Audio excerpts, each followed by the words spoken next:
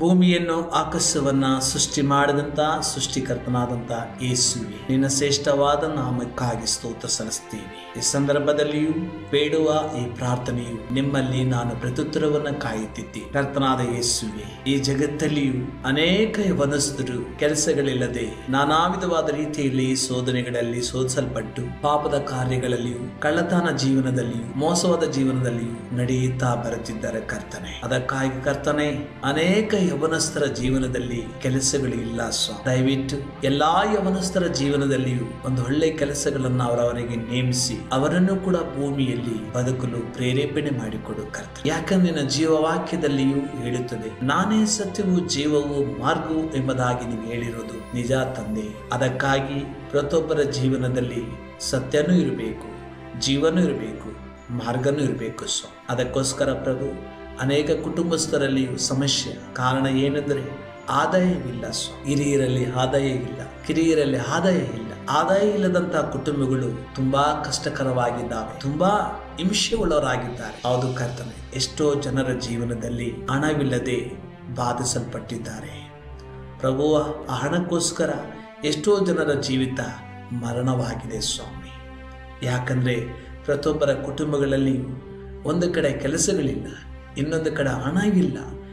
ಎರಡೂ ಇಲ್ಲದಂಥ ವೇಳೆಯಲ್ಲಿ ಮನುಷ್ಯನು ಬದುಕಲು ಭಾರಿ ಕಷ್ಟವನ್ನು ಅನುಭವಿಸುತ್ತಿದ್ದಾನೆ. ಸಾಲಗಾರರು, ಸಾಲ ಮಾಡಿದಂಥ ವ್ಯಕ್ತಿಗತಗಳು ಸಾಲಕ್ಕೆ ಭಯಪಟ್ಟು ಪ್ರಾಣ ಆತ್ಮಹತ್ಯೆ ಮಾಡಿಕೊಳ್ಳುತ್ತಿದ್ದಾರೆ. ಕೆಲಸ ಇಲ್ಲದಂಥ ಅನೇಕ ಯವನಸ್ಥರು ಪ್ರಾಣ ಆತ್ಮಹತ್ಯೆ ಮಾಡಿಕೊಳ್ಳುತ್ತಾರೆ. ಆ ನೆಮ್ಮದಿ ಇಲ್ಲದೆ, ಹಣ ಇಲ್ಲದೆ, ಜೀವನಕ್ಕೆ ಸಾಕಾಗಲಾರದ ಸ್ಥಿತಿಗಳಲ್ಲಿ ಕೂಡ ಮರಣವನ್ನು ಹೊಂದುವರಾಗಿದ್ದಾರೆ. ಅದಕ್ಕಾಗಿ ಕರ್ತನೆ, ಈ ಸಮಯದಲ್ಲಿ ಪ್ರಭುವ, ಪ್ರತಿಯೊಬ್ಬ ಮನುಷ್ಯನಿಗೆ ಹಣದ ಕೊರತೆ ಇದೆ ಪ್ರಭು.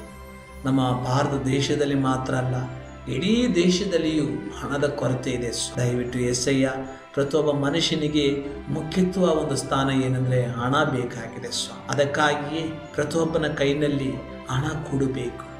ಸಾಲಕ್ಕೆ ಅವನು ವಿಧೇಯನಾಗದೆ, ಮೋಸಕ್ಕೆ ಅವನು ವಿಧೇಯನಾಗದೆ, ಕಳ್ಳತನಕ್ಕೆ ಅವನು ವಿಧೇಯನಾಗದೆ ಅವನಿಗೆ ಒಂದು ಜೀವನದ ದುಡಿಮೆ ಮಾರ್ಗವನ್ನು ನೀನು ತೋರಿಸೋದಾದ್ರೆ ಅದರಲ್ಲಿ ಬರುವ ಆದಾಯವನ್ನ ಕುಟುಂಬವನ್ನು ಪೋಷಿಸುವವನಾಗಿರುತ್ತಾನೆ, ತನ್ನನ್ನು ತಾನು ಕೂಡ ಪೋಷಣೆ ಮಾಡಿಕೊಳ್ಳುವವನಾಗಿರುತ್ತಾನೆ. ಅದಕ್ಕೋಸ್ಕರ ಕರ್ತನೆ, ಈ ಜಗತ್ತಲ್ಲಿಯೂ ಹಣದ ಕೊರತೆ ಬಹಳ ಇದೆ. ಪ್ರತಿಯೊಬ್ಬ ಮನುಷ್ಯನಲ್ಲಿಯೂ ಹಣ ಹಣ ಹಣ ಎಂಬುದಾಗಿ ವೇದಿಸಲ್ಪಟ್ಟಿದ್ದಾನೆ, ಬಾಧಿಸಲ್ಪಟ್ಟಿದ್ದಾನೆ, ಶೋಧಿಸಲ್ಪಟ್ಟಿದ್ದಾನೆ. ಅದಕ್ಕೋಸ್ಕರ ಕರ್ತನೆ, ಅನೇಕ ಜನರಿಗೆ ನಿಜವಾಗಲೂ ನೀವು ಮಾರ್ಗದರ್ಶಿ ತೋರಿಸಬೇಕು ಪ್ರಭು. ಯಾಕಂದರೆ ಪ್ರಭುವ, ಬೇಕಾದಷ್ಟು ಕಂಪನಿಗಳು ಬಂದಿದ್ದವ ಸ್ವಾಮಿ. ಆದರೆ ಪ್ರತಿಯೊಂದು ಕಂಪನಿಗಳಲ್ಲಿಯೂ ಯವನಸ್ಥರಿಗೆ ಕೆಲಸವಿಲ್ಲದೆ ಸ್ವಲ್ಪ ದಿನ ಕೆಲಸ ಕೊಡುತ್ತಾರೆ, ಸ್ವಲ್ಪ ದಿನ ಕೆಲಸವಿಲ್ಲ ಅಂತ ಹೇಳುತ್ತಾರೆ. ಅದಕ್ಕಾಗಿ ಪ್ರತಿಯೊಬ್ಬ ವ್ಯಕ್ತಿಗೆ ಕೆಲಸವು ನೇಮಕ ಮಾಡಬೇಕು.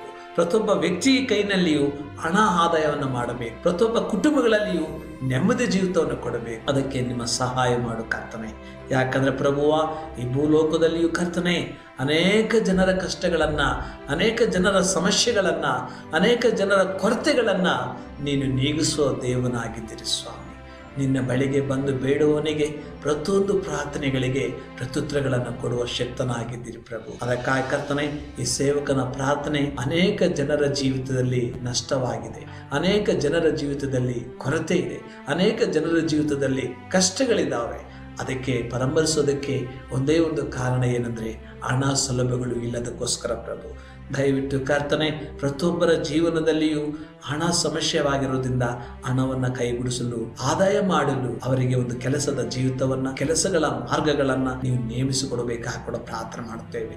ಎಷ್ಟೋ ಜನರು ಕರ್ತನೆ ವಿದ್ಯಾಭ್ಯಾಸ ಮಾಡಿ ಸುಮ್ಮನೆ ಕಾಲವನ್ನು ಕಳೆಯುತ್ತಿದ್ದಾರೆ, ತಾಯಿ ತಂದೆಯ ಮೇಲೆ ಹೊರೆ ಹಾಕಿಕೊಂಡು ಕೂತಿದ್ದಾರೆ ಮತ್ತು ಅನೇಕ ರೀತಿಯಲ್ಲಿಯೂ ಹೌದು ಕರ್ತನ ಹಣ ಇಳಿದುದಕ್ಕೋಸ್ಕರ ಕೆಟ್ಟ ದಾರಿಗಳನ್ನು ಹಿಡಿಯುತ್ತಿದ್ದಾರೆ ಪ್ರಭು. ದಯವಿಟ್ಟಪ್ಪ, ಅದು ಯಾವುದಕ್ಕೂ ಆಶೋದ ಬೇಡ ಅಂತ ಬಯಸ್ತೀವಿ. ಲೋಕದ ಅಧಿಪತಿಯು ಯವನಸ್ಥರನ್ನ ಬಹಳಷ್ಟು ಬೆರಗು ಮಾಡಿಟ್ಟಿದ್ದಾರೆ, ಯವನಸ್ಥರ ಜೀವಿತವನ್ನ ಬಹಳಷ್ಟು ಕೆಡಿಸಿಟ್ಟಿದ್ದಾರೆ, ಯವನಸ್ಥರ ಜೀವಿತದಲ್ಲಿ ಬಹಳಷ್ಟು ಮೋಸ ತುಂಬಿಸಿಟ್ಟಿದ್ದಾರೆ. ದಯವಿಟ್ಟು ಪ್ರತಿಯೊಬ್ಬನ ನೀವು ವಾಕ್ಯ ಹೇಳುತ್ತದೆ ಸ್ವಾಮಿ, ಪ್ರತಿಯೊಬ್ಬನು ಅವನವನ ಕ್ಷಮೆಯಿಂದ ಅವನ ಜೀವಿಸಲಿ ಅಂತ ನೀವು ಹೇಳಿದ್ದೀರಿ. ಆದ್ರೆ ಕರ್ತನೆ, ಅವನ ಕ್ಷಮೆ ಪಡೋದಕ್ಕೆ ಒಂದು ಕೆಲಸವಿಲ್ಲ, ಆ ಕ್ಷಮೆಯಲ್ಲಿ ಬರುವಂತ ಆದಾಯವೂ ಕೂಡ ಇಲ್ಲದೆ ಶೋಧಿಸಲ್ಪಟ್ಟಿದ್ದಾರೆ ಕರ್ತನೆ. ಅದಕ್ಕಾಗಿ ಸಮಯದಲ್ಲಿ ಕರ್ತನೆ ಈ ಸೇವಕನ ಒಂದು ಪ್ರಾರ್ಥನೆ ಏನಂದ್ರೆ, ಇಡೀ ಜಗತ್ತಲ್ಲಿಯೂ ಪ್ರತಿಯೊಬ್ಬನಿಗೂ ಅವನವನಿಗೆ ತಕ್ಕಂತೆ ನೀನು ಕೆಲಸಗಳನ್ನು ನೇಮಿಸಿ, ಅವನವನ ಕೈನಲ್ಲಿಯೂ ಹಣವನ್ನು ನೀನು ನೇಮಿಸಿ, ಅವನ ಜೀವಿತವನ್ನು ಕೂಡ ಒಂದು ತೃಪ್ತಿಯಿಂದ, ಅವನ ಜೀವಿತವನ್ನು ಕೂಡ ಒಂದು ಸಮಾಧಾನದಿಂದ ನೀನು ನಡೆಸಿಕೊಡಬೇಕೆಂಬುದಾಗಿ ಯೇಸು ಕ್ರಿಸ್ತನ ಪ್ರೀತಿಯ ಪವಿತ್ರ ನಾಮದಲ್ಲಿ ಬೇಡಿ ಹೊಂದುತ್ತೇನೆ ನಮ್ಮ ತಂದೆಯೇ. ಆಮೇನ್,